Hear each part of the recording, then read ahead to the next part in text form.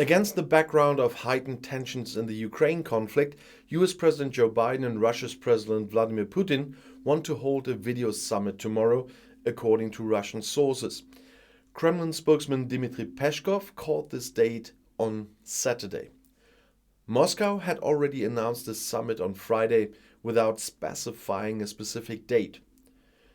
Washington accuses Moscow of preparing a military invasion of Ukraine, which the Russian government denies. According to a Washington Post report, Russia is planning an offensive on several fronts early next year. As the US newspaper reported on Friday, citing a senior US government official, Moscow's plans are to include extensive movement of 100 battalions of tactical units with an estimated 175,000 men, along with tanks, artillery, and equipment. The Pentagon did not want to comment on the report when asked by the AFP news agency.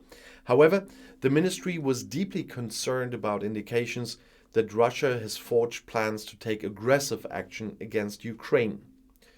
Washington supports further de-escalation in the region and a diplomatic solution to the conflict in eastern Ukraine, said Pentagon spokesman Tony Samaroth. According to the newspaper report, the Russian armed forces are currently gathering at 4 points. Accordingly, 50 tactical battle groups as well as tanks and artillery are involved in the deployment of troops.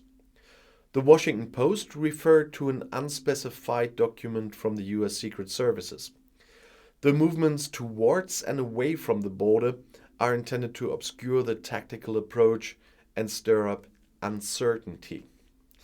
In view of a massive deployment of Russian forces on the border with Ukraine, there have long been fears that Russia could attack the neighboring country.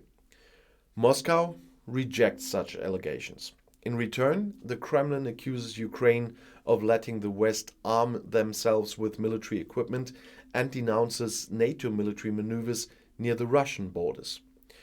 Ukraine fears an attack by Russia in a few weeks' time. The most likely time for escalation readiness is the end of January, said Ukrainian Defense Minister Oleksiy Reznikov on Friday.